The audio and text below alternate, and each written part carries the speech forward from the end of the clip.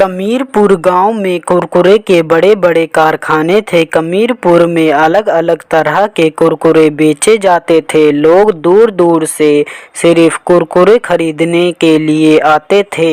एक बार की बात है, चिंटू को जंगल से लकड़ियां लानी थी। चिंटू जंगल जाने से पहले दुकान पर जाकर 2 कुरकुरे ले लेता है और जंगल की ओर चला जाता है।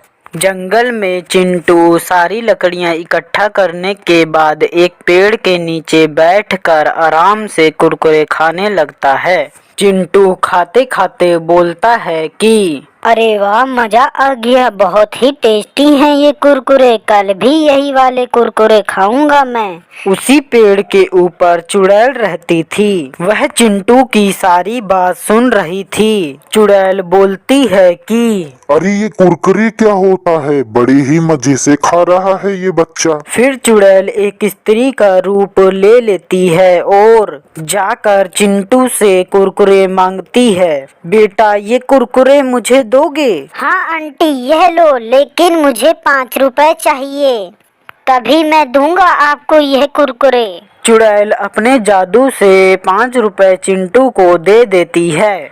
चिंटू 5 रुपए पाते ही अपनी लकड़ियां उठाकर घर चला जाता है। चुड़ैल अपने असली रूप में आ जाती है और कुरकुरे खाने लगती है।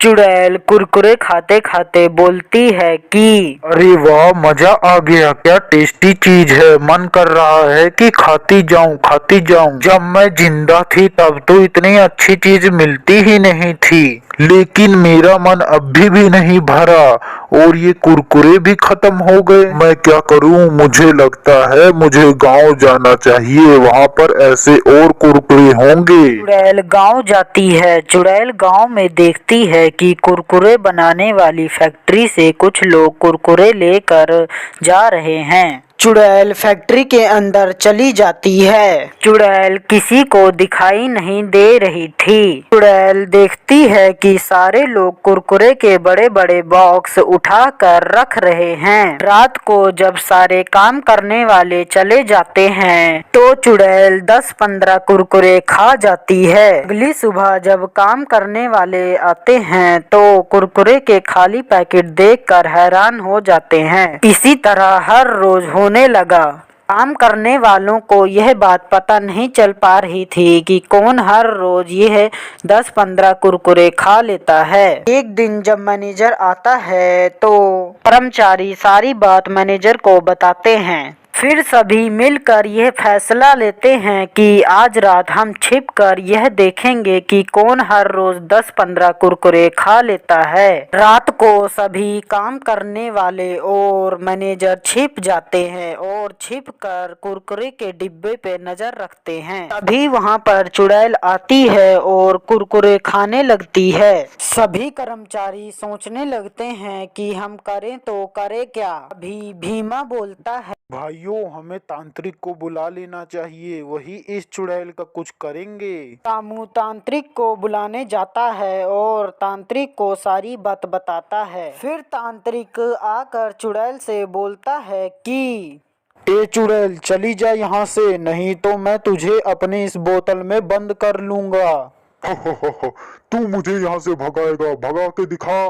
तांत्रिक मंत्र पढ़कर चुड़ैल को बोतल में कैद कर लेता है और लेकर चला जाता था। गांव में सभी लोग मिलजुल कर रहा करते थे। मीठापुर के लोग कोई न कोई उत्सव बनाते रहते थे और सभी उत्सवों में हलवा ही बनाया करते थे मीठे के रूप में। एक बार जंगल के पास में एक नया कुआं बनाया गया था, इसीलिए गांव वाले इकट्ठा होकर हलवा खा रहे थे। कुएं के पास में ही एक बहुत ही बड़ा पेड़ था। उसी पेड़ पर एक चुड़ैल रहा करती थी। चुड़ैल सो रही होती है, तभी चुड़ैल को हलवे की खुशबू आने लगती है और चुड़ैल उठकर बोलती है कि वाह, क्या खुशबू है, किस चीज की है ये खुशबू? किसी मीठे की लग रही है। मुझसे तो अब रहा नहीं जाता, इतनी अच्छी खुशबू है इस मीठे की। चुड़ैल नीचे उतर कर देखती है तो वहाँ पर बहुत सारा हलवा बड़े से भगोने में रखा हुआ था। चुड़ैल को आसपास में कोई भी नहीं दिखाई देता है। गांव वाले भी चले गए थे और अपना हलवे से भरा भगोना इधर ही भूल गए थे, जिसका फायदा चुड़ैल चुड़ैल उठा लेती है और सारे का सारा हलवा खा जाती है। अरे वाह, मजा आ गया। कितने सालों बाद मैंने हलवा खाया है, वो भी इतना स्वादिष्ट। लेकिन पेट नहीं भरा और मन भी नहीं भरा है, क्या करूं?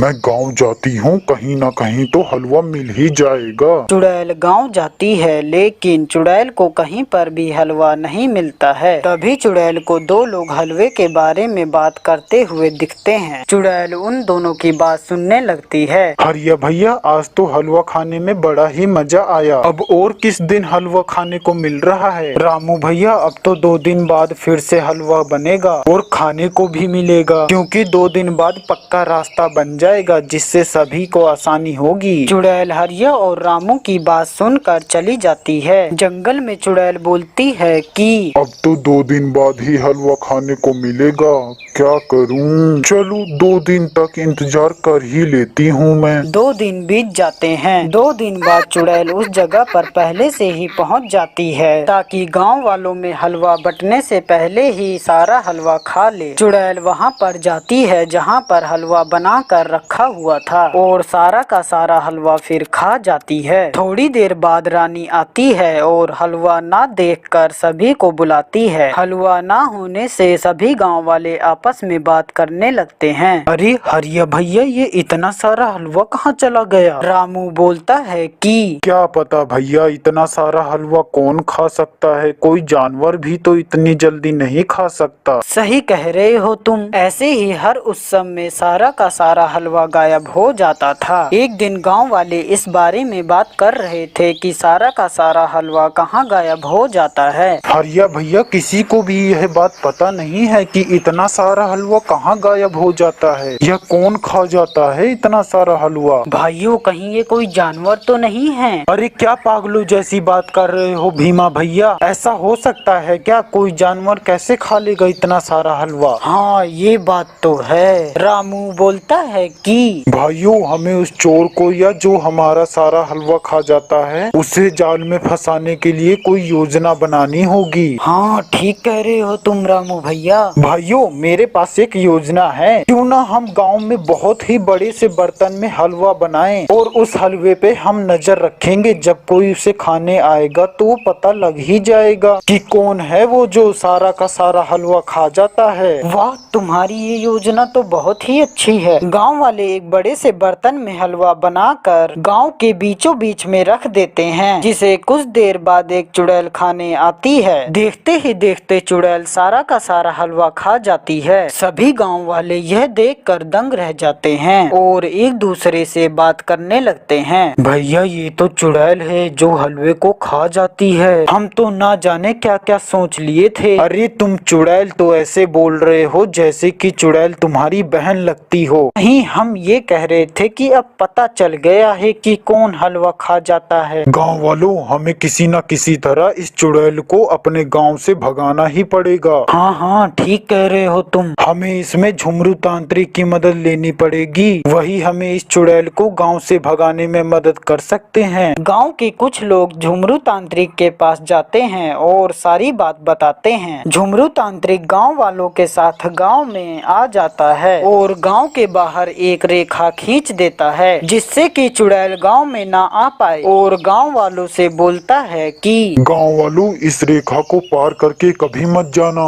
और अब वह चुड़ैल इस गांव में कभी नहीं आ पाएगी। यह एक जादुई रेखा है, ये कभी भी नहीं मिटेगी।